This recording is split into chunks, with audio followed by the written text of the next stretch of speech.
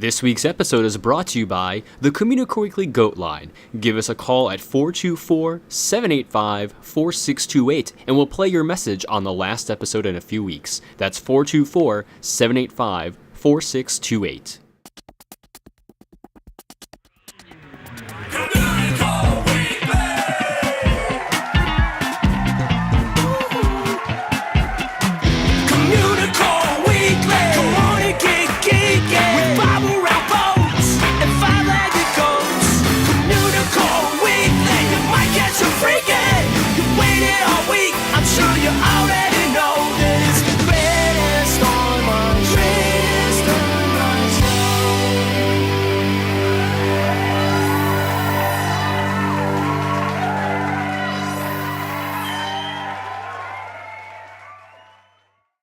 Hello and welcome to Communicore Weekly, the greatest online show and home of the world's first pair of independently born identical twins. I'm George. And I'm Jeff.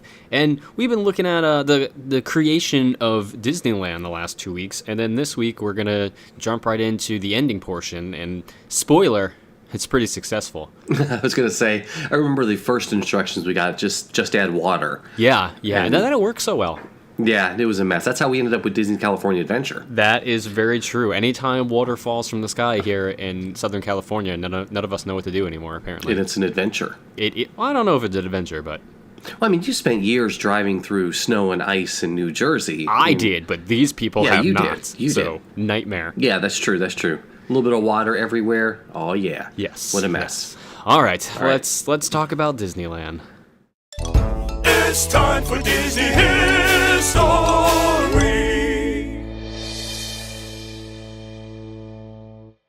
So for the last 2 weeks, we've been talking about Disneyland's creation, and we left off with ABC agreeing to foot the bill for Disneyland itself in exchange for a weekly television program from the Disney Studios, with Walt himself hosting. With studio funds depleted and all credit exhausted, the ABC deal granted Walt the finances to forge ahead with Disneyland. Many, though, initially saw this agreement as a double-edged sword. The studio had the money to proceed with Disneyland, but was now saddled with the extra work involved with piloting a television series. Financing in hand, Walt and Roy turned their attention towards acquiring land in Anaheim. This, however, proved much more difficult than expected. Their preferred parcel of 160 acres could more accurately be described as parcels, close to 20 of them in fact, and each with a completely different owner. So the summer of 1954 was one of long negotiation, with Walt growing increasingly anxious to seal the deal and get started. But happily, by the end of the summer, all of the contracts were signed and the ground had finally been broken. Almost from the very first day, construction moved at a snail's pace, and Disneyland began running over budget. This was particularly worrisome because there was little wiggle room in the construction timetable. After all, opening day was scarcely a year away. These problems were hardly surprising. Disneyland was a first-of-its-kind project, and the Imagineers of WED Enterprises were learning how to build an amusement park on the fly.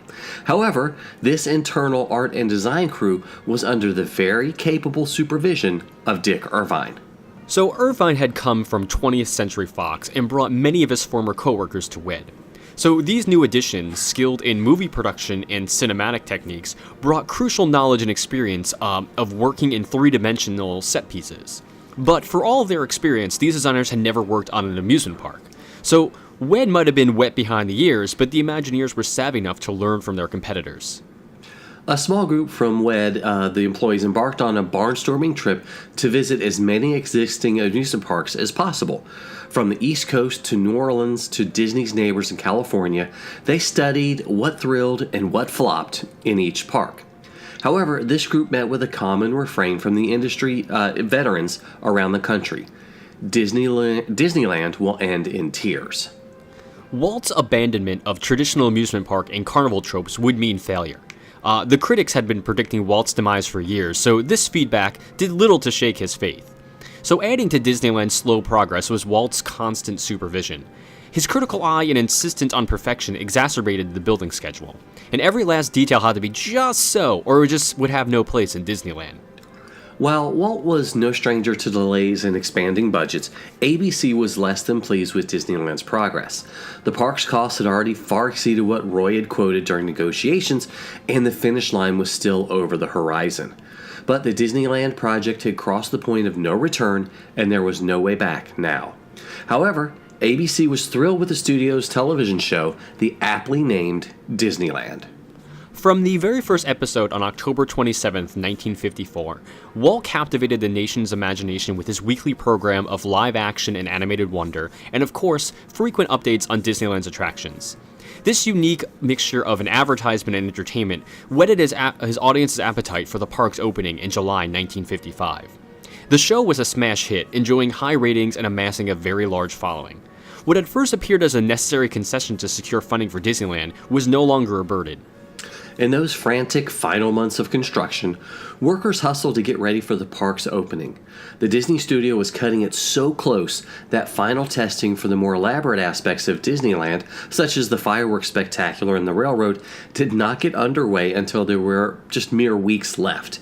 As the last tweaks and touches were added, Disneyland finally sat ready to welcome its first visitors. The Main Street station of the Disneyland and Santa Fe Railroad, perched above the main gates, welcomed visitors to this happy place. The turn-of-the-century shops in Town Square of Main Street, USA provided a charming stroll into yesteryear before leading it to Disneyland's main hub at the center of the park. Standing proudly in Disneyland's hub was the park's centerpiece, Sleeping Beauty Castle. It was undoubtedly the quintessential expression of Walt's majestic vision for Disneyland. The iconic castle, in all of its glory, was purposely built smaller than most might have expected. Dave Smith, Disney's former chief archivist, explained that, quote, Walt did not want a large castle at Disneyland because he felt that the medieval European tyrants had built huge castles to intimidate the peasants. Walt wanted a small, friendly castle instead, end quote. And there has never been a friendlier castle than the one found in Disneyland. And it's so weird considering the other ones are so massively huge, so like that whole thing is out the window. Basically, Walt just called us peasants. That's true. That's what happened. So, Sleeping Beauty Castle also served a far more practical purpose, acting as the park's main weenie. So Walt himself created this term to explain how guests could be drawn to the castle at the park center, much like a dog could be led around by a hot dog. So to this day, Sleeping Beauty Castle remains the landmark that draws visitors into the heart of Disneyland. And though the castle lays through the castle lays Disneyland's true star, Fantasyland. Dark rides of the studio's animated classics were plentiful, allowing guests to become a part of the story in a way never before imagined. Themed perfectly, Fantasyland was a world of enchantment come to life. Pristine walkways meandered into the richly themed Adventureland and the rough-and-tumble western outposts of Frontierland. These lands, less focused on rides, enticed guests to become part of the action. Adventureland's Jungle Cruise, in particular, quite literally set guests a sail for parts unknown. So, Sleeping Beauty Castle was not the only weenie in Disneyland. WED also used the Mark Twain riverboat and the Rocket to the Moon to attract guests to either side of the park. Those who would follow the Rocket to the Moon siren song in Tomorrowland might have felt the twinge of disappointment upon entrance. For a man so fascinated by the future and advancing technology, Walt can never get Tomorrowland quite up to his own standards. In fact, WED tried to convince him to leave Tomorrowland unfinished until after Disneyland opened, but Walt wouldn't hear of it and overruled his Imagineers. In terms of attractions, the original Tomorrowland opened rather bare, but the Imagineers certainly nailed the aesthetics of a futuristic world. Even conceding a slightly underwhelming Tomorrowland, Walt's vision had been realized.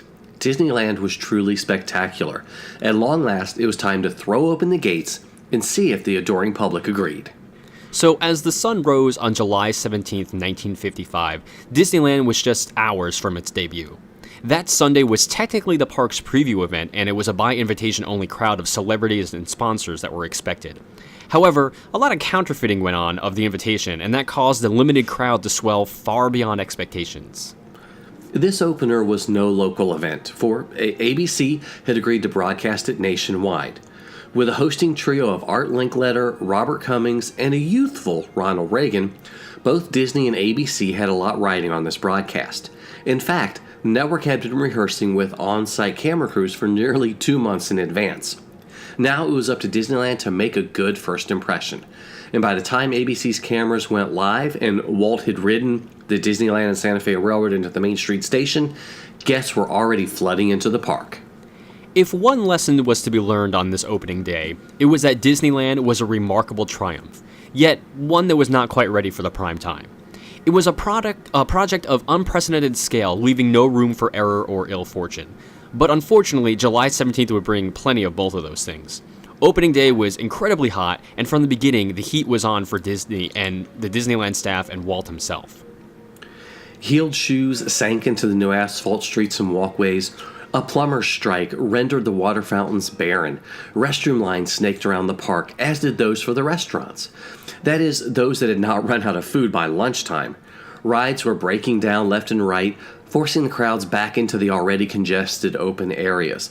To say the least, Disneyland's opening day lacked a bit of the customary Disney magic. The media reaction to this event was understandably skewered negative, but the public, always Walt's bread and butter, was not swayed by these less than glowing reports. That first crowd may have been unimpressed by the many snafus and snubbles, but they were also entranced by Walt's creation of a new way for families to spend time together. So July 18th, Disneyland's first official day of operation, turned out much better. Opening at 10 a.m. sharp, two children were escorted through the gates by Walt himself as the first official guest of Disneyland. Although much calmer, the park could not completely escape the misadventures of the previous day. A gas leak in Fantasyland caused an afternoon shutdown, and a dishwasher malfunction left one of the restaurants shuttering during the midday rush. Disneyland was no finished product, but instead a land of magical possibilities. Thankfully for Walt and company, the public was willing to bet that Disney would realize that potential sooner rather than later. Walt Disney Park not only survived a plague-ridden opening, but it emerged on the other side stronger than ever. By the end of its first week, over 160,000 people had walked through the Disneyland turnstiles. The people had spoken and Disneyland was a winner. Walt knew that a debt of gratitude was owed to the many people whose contributions made Disneyland possible. And being a showman, he created an unspoken testament to these people as part of Disneyland's show in the Main Street windows. So high above the crowd, they act as the opening credits and thanked a group who refused to give up on Walt's dream. The story of Disneyland is one of perseverance. Walt never relinquished his dream, even when he was the only one who believed in it. The creative geniuses of WED did not turn back when confronted with seemingly impossible objectives. And while investors and money men frequently get a bad name for putting profit and business above all else, they too remained entrenched. When Disneyland broke ground, the studio had budgeted under $5 million for its creation. And of course, by opening day, the price tag had ballooned to $17 million. So everyone involved went toe-to-toe with a world that told them it could never be done. And instead of stepping back into the shadows, the heroes of Disneyland persevered, and millions of fans from all across the world will forever be thankful for that. So it's amazing how this story of, people telling him no, it's never going to work, and it just turned into this massive global phenomenon. And especially a story that all of us, Disney enthusiasts and historians are so intimately familiar with. It's sometimes fun to see it again broken down like this. Yeah, and the little minute details we may not have realized have went into the actual before the park opened portion of the story. He's a nerd, he's a geek, but we all like to hear him speak. So listen up to the words from his speech. It's George's Book of the Week. The Hammer of Thor is the second book in the Magnus Chase and the Gods of Asgard series by Rick Riordan. And of course I reviewed book 1 a while ago and loved it, but in this book, Thor's hammer goes missing. Again. And it's up to Magnus and his group of friends to get it back before Loki can unleash Ragnarok on the 9 worlds. And like Riordan's other series, Percy Jackson, The Kane Chronicles, he takes us deep into the mythology to provide characters that help entertain and educate. And I'm really a huge fan of Riordan, and I'm glad to see the Magnus Chase series about Norse mythology continue. The Hammer of Thor, like Riordan's other books, is very fast-paced, very well written, and I marveled at the wordplay that he was able to use, especially since so much of the humor is tongue-in-cheek. And honestly, there's a lot that's in there for parents and adults that are going to get that the kids aren't going to get. Like a really good Princess Bride reference. It's fantastic. Anyway, so Magnus Chase and his friends are pulled into another quest with the help of various demigods of Norse legend. So we find out that the giants stole the hammer of Thor, and that the god of thunder is bemoaning the loss of Mjolnir, mainly because of the number of channels it receives. Yeah, it's a high-definition hammer. But this leads the group into a quest to retrieve items to bargain with the giants who want to defeat Thor. Again, it's a plot that involves Loki, the trickster god, and eventually Ragnarok. And Thor, again, as a character, like in the first book, is completely unexpected and really helps liven up the storyline. I mean, he's really a heavy metal buffoon, for lack of a better term, but it's still great. So Riordan introduces a new character who has a direct tie to Loki. And I'll use the female pronoun of she, but she's an important member of Magnus's group. The character is also gender fluid, and she does change between being a boy and a girl. And I'm really glad that Riordan created this character and ties her directly into Norse mythology, especially the fact that Loki, the trickster god, could change his sex at will. I thought this was a great thing for Riordan to do, especially for kids who might have a hard time identifying with characters in modern literature, or might need to see a very positive role model in how they're feeling themselves.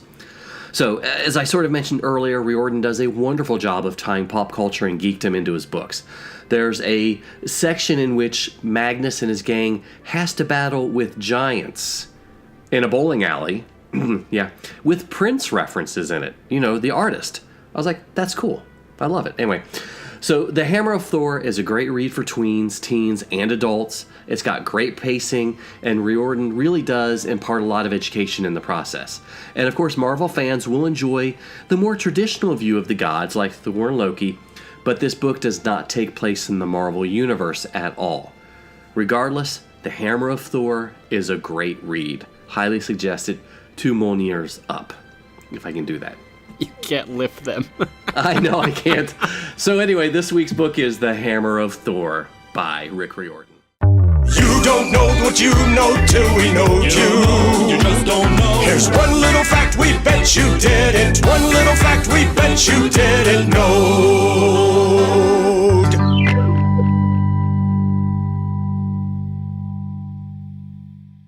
So, on my last couple of visits to Busch Gardens, Tampa, I've really enjoyed the food. And I've sat inside of some of the dining halls and marveled at the number of people. And I wondered, in an average day, who eats more food? The people attending the park or the animals? So I reached out to the Busch Gardens Twitter handle, and they responded that the animals consume much more food than the people, which kind of surprised me. But then again, I'm not sure how many cheeseburgers or Caesar salads that elephants eat offhand. But now we know you. Sometimes you might see it, sometimes you don't. Hey, look, what's that? It's a 5-legged goat. In the Festival of Fantasy Parade at Walt Disney World's Magic Kingdom, there are tons of amazing floats, but one of them holds a nice little tribute to a parade of the years past. So on the Little Mermaid float, there's the Sebastian, who is leading the charge for the front of the float itself.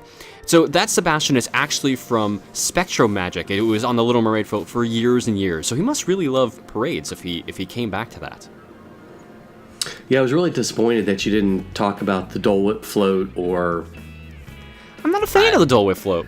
I know, but still, we could have talked about floats. I just like the regular old Dole Whip. Why does it gotta be fancy? Well, I was just trying to tie the float into it. All right, I understand. You know? I get it. You people like the float. Exactly. And speaking of float, well, no, that wasn't a good segue. Hold on. I've got a better one. Slightly. Not really. Here we go.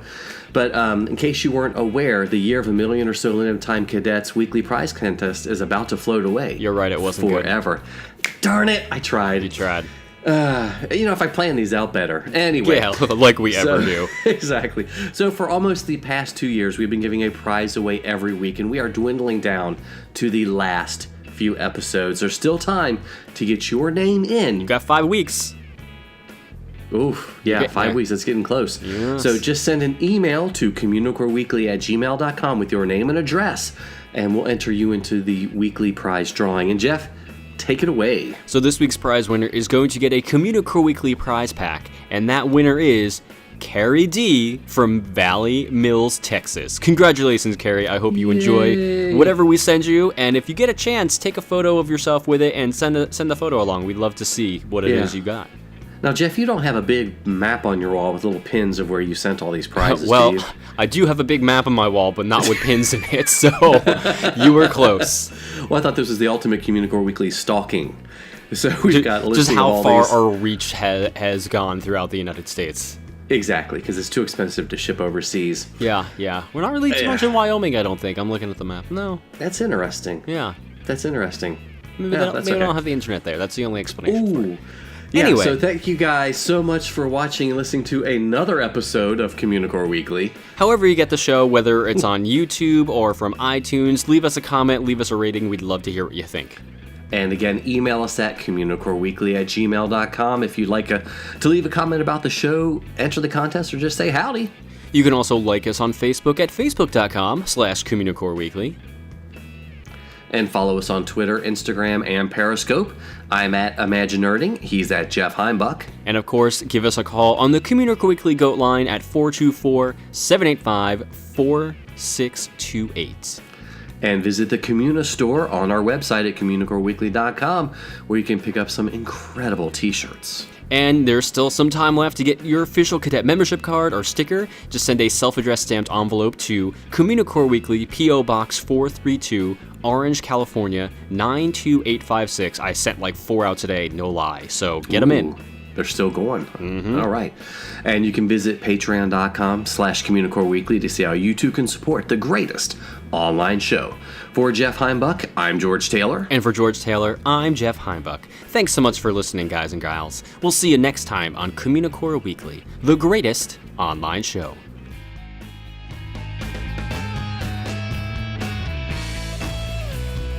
Spicy.